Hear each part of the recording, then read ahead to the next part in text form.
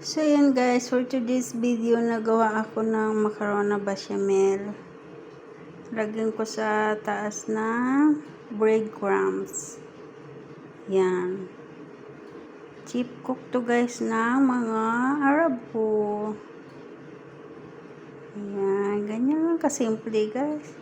Dumating ako dito sa abroad dati guys. Hindi ako marunong magluto. Hindi ako marunong magsalita ng Arabic. Kahit ano, hindi ako marunong. Pero dumating ako dito guys. Caretaker kasi ako. Caregiver kasi ako. Hindi man madali lang naman mag-caregiver guys. Basta may alam ka. At may certificate. Tapos nung namatay yung alaga ko, ayun, nagiging chimay na po, tangina.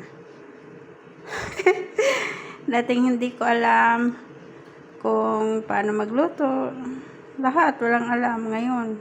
Pwede na magtayo ng bakery, pwede na magtayo ng restaurant. Char. Kaya kahit walang ano, basta ano yun. Ayan, thank you!